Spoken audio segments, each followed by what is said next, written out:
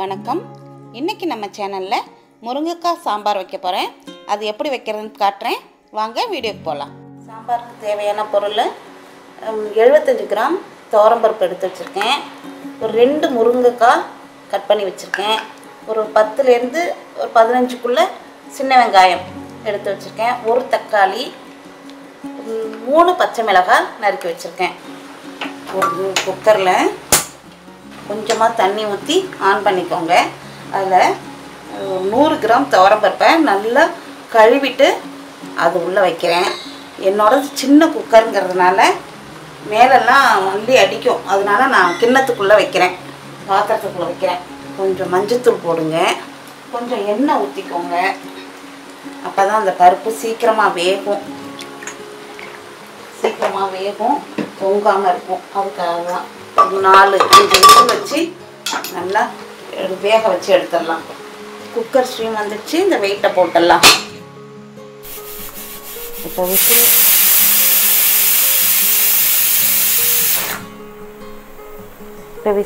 4 whistle 5 whistle வந்துடுச்சு. பருப்பு வெந்திருக்கும். அதை தூக்கி ஒரு ஓரமாக வச்சுட்டு அடுப்பில் இன்னொரு பாத்திரத்தை வச்சுக்கோங்க. நான் மண் சட்டியை வச்சுருக்கேன்.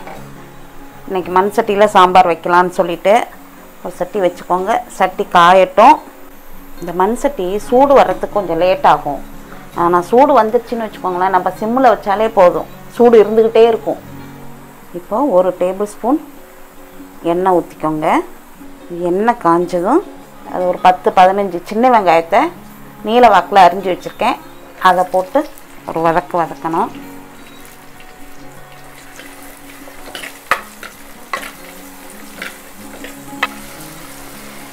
இந்த வெங்காயம் வதங்கினதும் இந்த தக்காளி, ஒரு தக்காளியை நீல வாக்கில் அரிஞ்சு வச்சுருக்கேன், அதையும் அதில் போட்டுக்கலாம். ஒரு 3 பச்சை மிளகாயும் நீல வாக்கில் அரிஞ்சிருக்கேன், அதையும் போட்டு வதக்கலாம். இது சாம்பாருக்கு வெங்காயம் தக்காளியெல்லாம் ரொம்ப வதங்கணும்னு இல்லை, ஆனாலும் வதக்கிட்டு போட்டோம்னா கொஞ்சம் வாசனையாக இருக்குங்கிறதுக்காக தான் கொஞ்சம் வதக்கிறது. அதனால் ரொம்ப வதங்கணும்னு தேவையில்லை. இந்த அளவு வதங்கினா போதும்.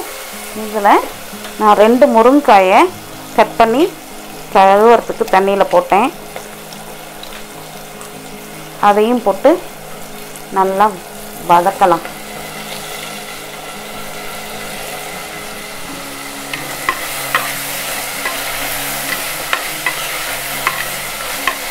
நம்ம சாம்பாருக்கு அவங்கவுங்க விருப்பப்படுற காய் போட்டுக்கலாம். ஆனாலும் ஒரு சில காய், கத்திரிக்காய், முருங்கைக்காய், வெண்டைக்காய் இதெல்லாம் போட்டு சாம்பார் வச்சோம்னா ரொம்ப வாசனையாக நல்லாயிருக்கும். ஆனாலும் அவங்கவுங்க விருப்பப்படுற காயை போட்டுக்கலாம். கொஞ்சம் வதங்கினதும் கொஞ்சம் தண்ணி ஊற்றி கொஞ்சம் மஞ்சத்தூளும் போட்டு கலக்கிட்டு மூடியை போட்டு கொஞ்சம் முருங்கைக்காய் வேகட்டும். முருங்கைக்காய் நல்லா கழிச்சுக்கிட்டு வேகட்டும்.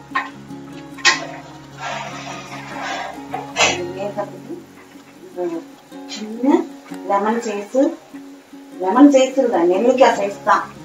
அந்த புளியை ஊற வச்சு வச்சுருக்கேன். 1 ஸ்பூன் மிளகாத்தூள் எடுத்து வச்சுருக்கேன். இந்த முருங்கைக்காய் வெந்ததும் அதில் போடணும்.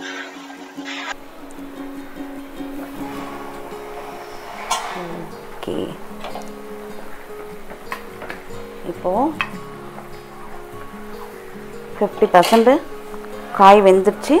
இந்த சமயத்தில் நம்ம மிளகாத்தூள் போட்டுடலாம்.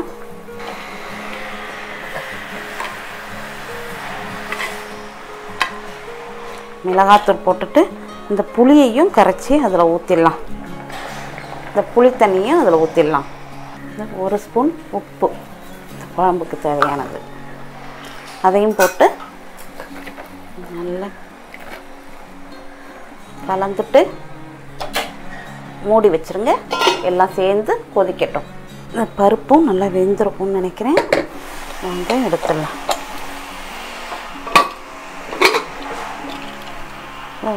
வெந்திருக்கு. இதை எடுத்து நல்லா மசிச்சு விட்டுடலாம். சுடுது. நல்லா மசிச்சிட்டோம்னா நல்லாயிருக்கும். ஓகே,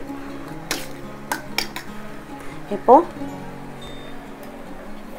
நல்லா குழம்பு கொதிச்சிட்ருக்கு. இந்த ஸ்டேஜில் நம்ம இந்த பருப்பையும் எடுத்து அதோட போட்டுடலாம்.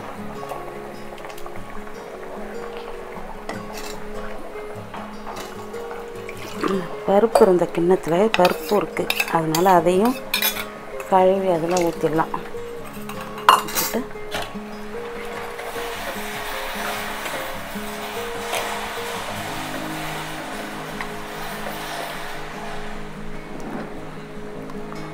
இந்த பருப்பு போட்டதுக்கப்புறம் ரொம்ப நேரம் கொதிக்கக்கூடாது, ஒரு கொதி வந்தால் போதும். அதனால் அது வரைக்கும் மூடி வைப்போம். தொடர்ந்து பார்க்கலாம். சாம்பார் நல்ல வாசனையாக காயெல்லாம் வெந்துருச்சு. இப்போ இதை தாளித்து இறக்கிடலாம். அவ்வளோதான். ஒரு தாளிப்பை கொடுத்துடலாம். இதில் 1 ஸ்பூன் எண்ணெய் ஊற்றிக்கோங்க. எண்ணெய் சூடானதும் 1 ஸ்பூன் கடுகு போடுங்க. ஒரு 2 காஞ்ச மிளகாய் நறுக்கி வச்சுருக்கேன், அதையும் போடுங்க. கடுகு வெடிக்கட்டும்.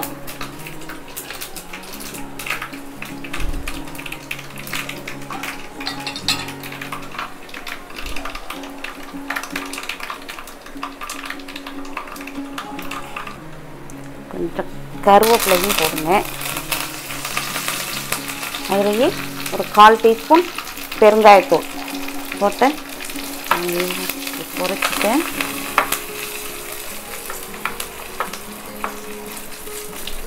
ஓகே, அவ்வளோதான். இதை கொதிச்சிட்ருக்கிற சாம்பாரில் எடுத்து கொட்டிடுங்க. அவ்வளோதான். ஸ்டவ்வை ஆஃப் பண்ணிடலாம். ஸ்டவ் ஆஃப் பண்ணிட்டோம், ஆனாலும் குழம்பு கொதிச்சுட்டே இருக்கு பாருங்கள், மண் சட்டியில் வச்சதுனால. இப்போ குழம்பு ஆஃப் பண்ணதுக்கப்புறம் கொத்தமல்லி தழை இருந்துச்சுன்னா அதை பொடுசாக கட் பண்ணி போடுங்க. என்கிட்ட அது இல்லை, அதனால் நான் போடலை. இந்த சாம்பாரை வேற ஒரு பாத்திரத்தில் எடுத்து வச்சிடலாம்.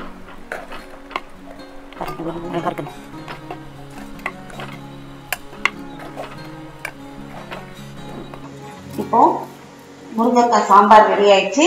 ரொம்ப ஈஸியாக பண்ணிடலாம். ஒரு 10 நிமிஷம் பருப்பு வேகிறதுக்கு, 10 நிமிஷம் சாம்பார் வைக்கிறதுக்கு, ஒரு 20 நிமிஷத்தில் இந்த சாம்பார் வச்சு முடிச்சிடலாம். இப்போ ரொம்ப டேஸ்டியான முருங்கைக்காய் சாம்பார் தயாராகிடுச்சு. இந்த ரெசிபி உங்களுக்கு பிடிச்சிருந்தா லைக் பண்ணுங்கள், ஷேர் பண்ணுங்கள், கமெண்ட் பண்ணுங்கள், மறக்காமல் சப்ஸ்கிரைப் பண்ணுங்கள். தேங்க்யூ.